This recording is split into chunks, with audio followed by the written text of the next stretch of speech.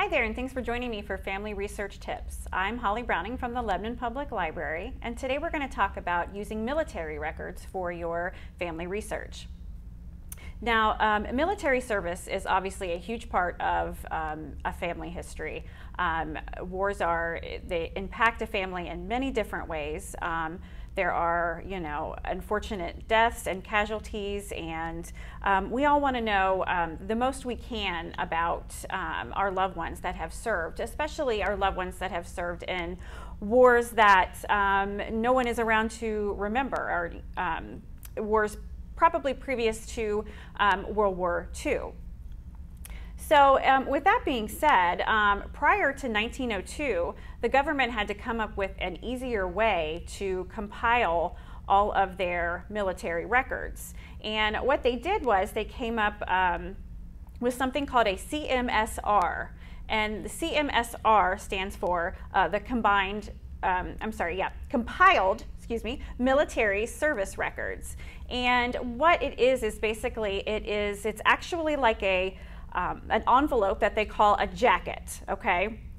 And it contains a set of cards that provide an overflow of the soldier's service. So there are so many different reports and like muster in and muster out, and the discharge, and there's all kinds of different papers that all go into one person's file. And before, prior to 1902, they had to look through over 500,000 rolls and books to come up with, the same person and try to compile all that together. So, thank goodness they came up with this resource, because it's extremely helpful, especially when you're doing any genealogy research.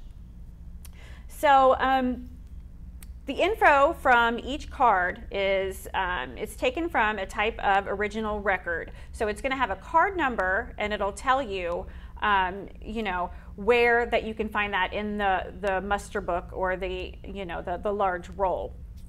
And I'm going to show you an example of that here in just a second. They include physical descriptions of the person. They have muster rolls, hospital rolls, discharge papers, any kind of medals that they have received, papers on that sort of thing. And let's see, by the time the military did away with the CMSR, they had over 58 million records.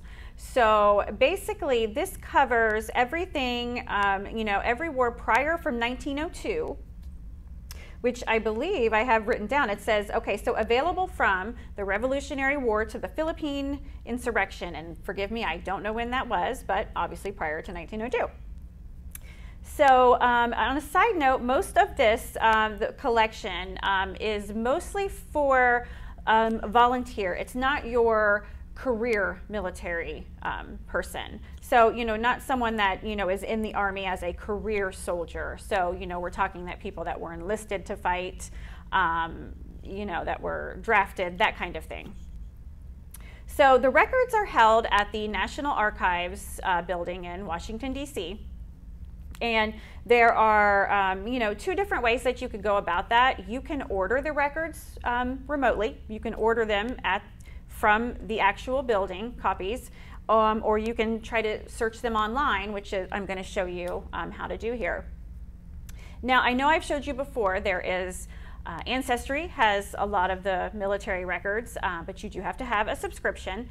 And Fold 3, which is part of Ancestry, obviously, is a real giant in the veteran, the older archives.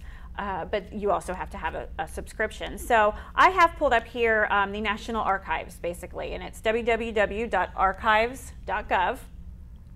And I'm just going to kind of do a little sample here. Let's see. It says most CMSRs have been digitized and made available. So you probably will find what you're looking for digitally. So that's that's good. So you don't always have to call up. But if you don't have a computer and you actually want a copy, then you would have to order remotely. And I don't know the cost on that. But taking a look on the screen here, I am going to go down to Research Our Records. Okay, and I'm going to click on that.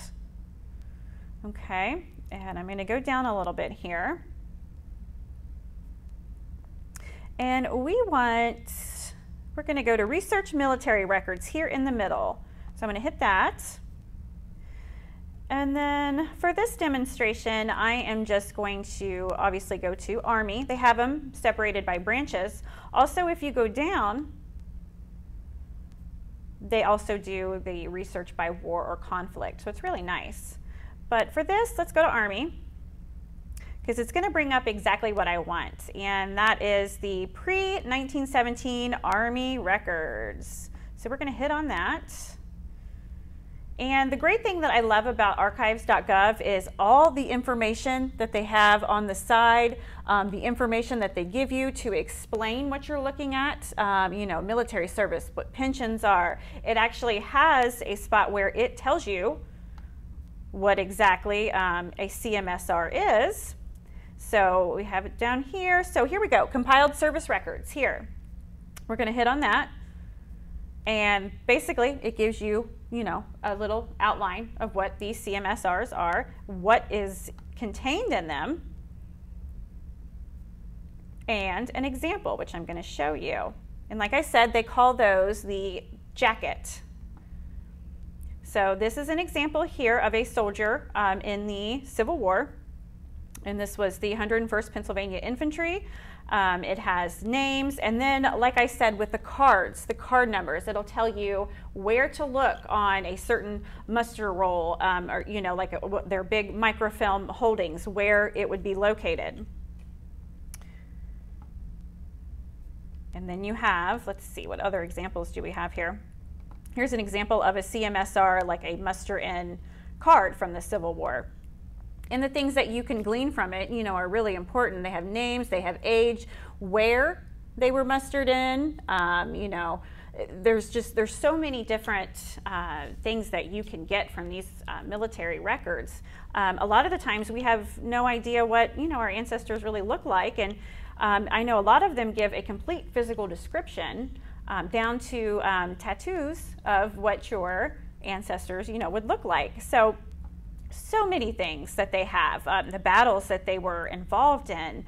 It's definitely worth taking a look at, and it's something that I would absolutely share with the little ones in your family that are growing up, giving them, you know, something to connect to, and a place that they feel they belong, and it gives them kind of, you know, a patriotism for their country, teaching them courage and sacrifice. And I just think it's really important, and, you know, the stuff that you can glean off of this is very priceless. So that's pretty much it for today on using military records, and I hope you join me again in 2 weeks. Thanks for watching.